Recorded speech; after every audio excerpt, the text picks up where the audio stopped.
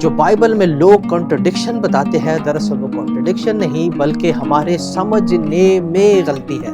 اب بائبل مقدس میں لکھا ہے کہ یسوع مسیح نے مگدلینی سے کہا کہ مجھے چھونا مت، کیونکہ میں ابھی تک باپ کے پاس نہیں گیا، کیونکہ یسوع مسیح مر کے دوبارہ سے مردوں میں سے جی اٹھے تھے، اور اس کے علاوہ یسوع مسیح نے ڈاکو سے بھی پرومس کر لیا تھا کہ تو آج ہی میرے ساتھ فردوس میں ہوگا۔ تو پھر یہ کانٹرڈکشن نظر آتا ہے کہ یسوع مسیح اس کو کہہ رہا ہے کہ میں باپ کے پاس نہیں گیا، اور ڈاکو سے یسوع پرومس کر رہا ہے کہ تو آج ہی میرے ساتھ فردوس میں ہوگا۔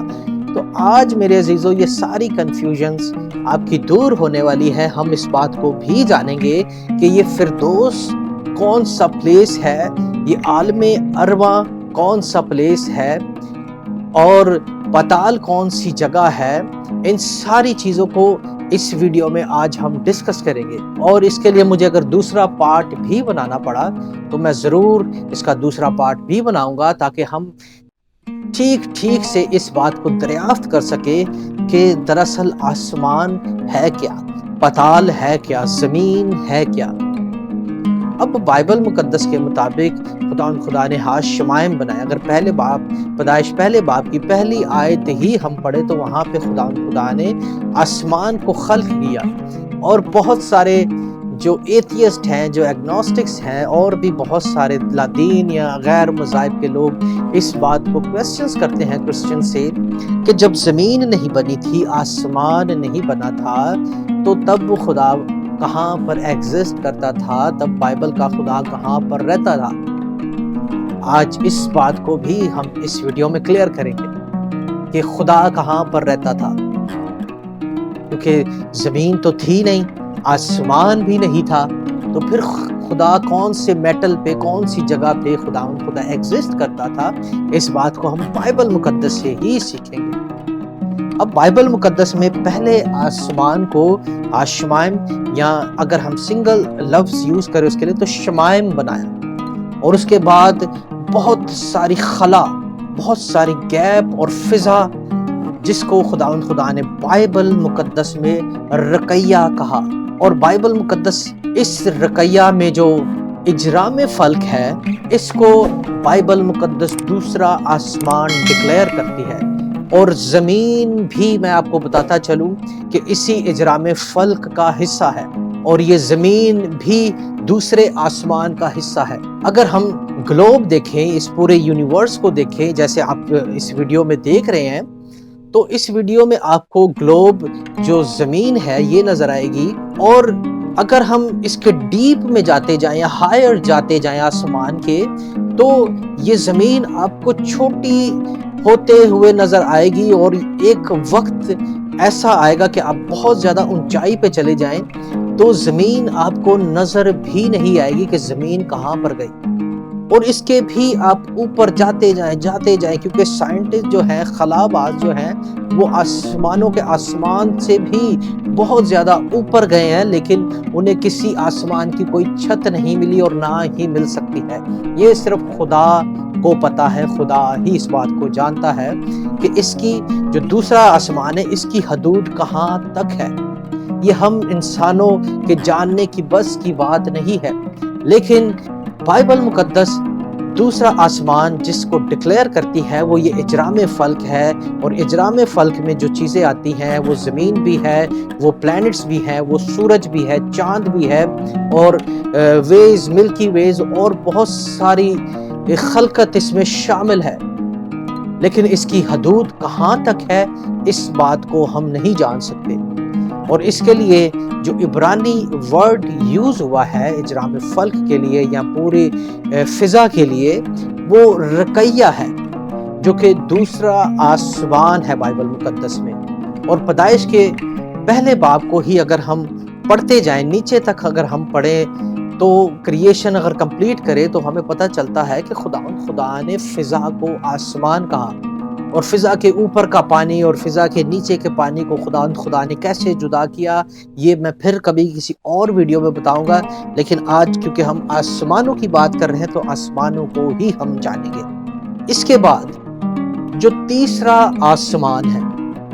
تیسرا آسمان کا پوائنٹ کون سا ہے، ہم اس بات کو تو نہیں جان سکتے کہ وہ کتنا گہرا ہے،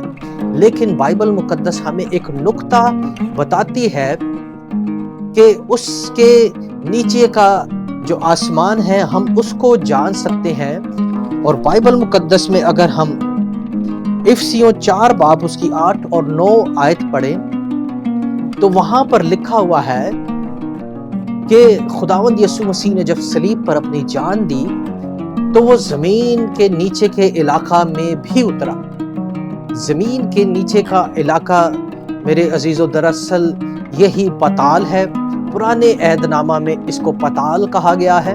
اور جو نیا عہد نامہ ہے وہ اس کو عالم ارواح ڈکلیئر کرتی ہے۔ نیا عہد نامہ اس کو عالم ارواح کہتا ہے، اور اس کا مطلب ہوتا ہے کہ عالم ہے، اس کا مطلب ہوتا ہے کہ جہان یا دنیا،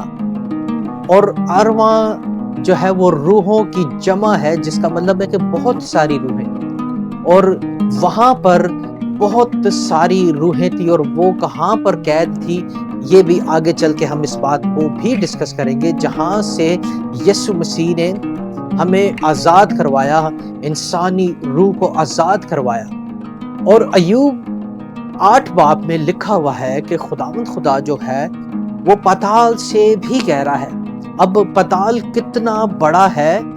میرے عزیزو، بائبل مقدس ہمیں بتاتی ہے کہ اس کو کوئی نہیں جان سکتا، لیکن پتال یا عالم ارواح میں کچھ پورشنز ہیں جس کو بائبل مقدس ہمیں بتاتی ہے، اور یہ ڈائمینشنز ہیں اور یہ پورٹلز ہیں جو ہم انسانی کھلی آنکھوں سے ہم ان چیزوں کو نہیں دیکھ سکتے، لیکن پالوس نے کہا جب ہم ابھی تو ہمیں دھندلا سا معلوم ہوتا ہے، لیکن جب ہم باپ کے پاس جائیں گے تو وہاں پہ ہمیں بالکل آئینے کی طرح، شیشے کی طرح ہر چیز صاف نظر آئے گی۔ لیکن بائبل مقدس میں بہت ساری چیزوں کے ہنٹ دیے ہوئے ہیں، اور اگر ہم بائبل مقدس کا مطالعہ کریں تو ہمیں پتہ چلتا ہے کہ بائبل مقدس میں جو عالم ارواح کا پلیس ہے، جو پتال کا پلیس ہے، وہاں پر مختلف قسم کے پورشنز ہیں، وہاں پہ مختلف قسم کے قید خانے ہیں۔ بائبل مقدس میں سے ہم دیکھیں گے دوسرا پطرس اس کے 2 باب کی 4 آیت ہم ایک دفعہ پڑھ لیتے ہیں۔ کیونکہ جب خدا نے گناہ کرنے والے فرشتوں کو نہ چھوڑا بلکہ جہنم میں بھیج کر تاریک غاروں میں ڈال دیا تاکہ عدالت کے دن تک حراست میں رہیں۔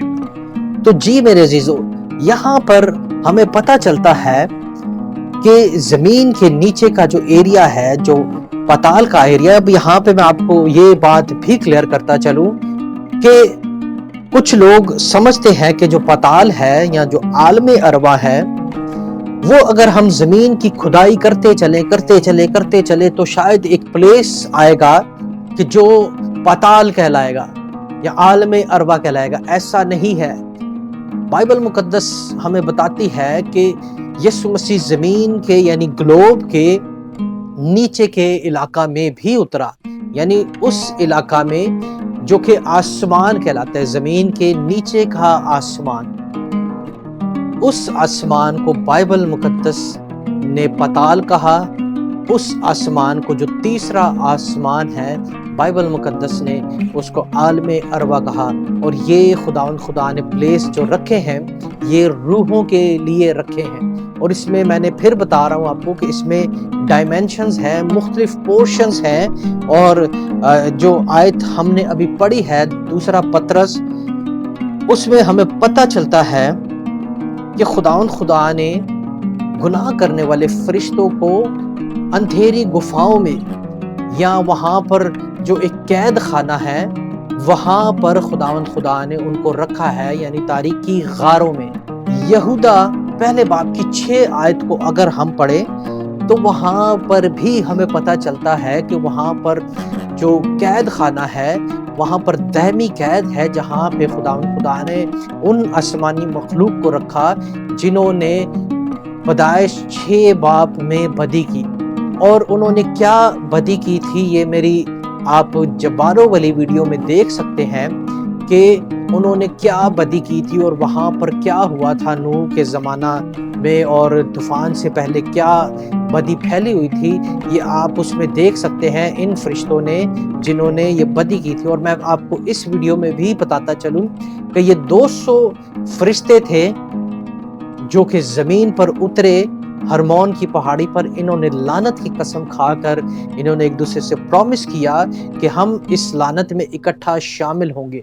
اور پھر انہوں نے مل کر عورتوں کے ساتھ بدی کی اور ان سے اپنی اولاد پیدا کی اور انہیں کالا علم سکھایا اور انہیں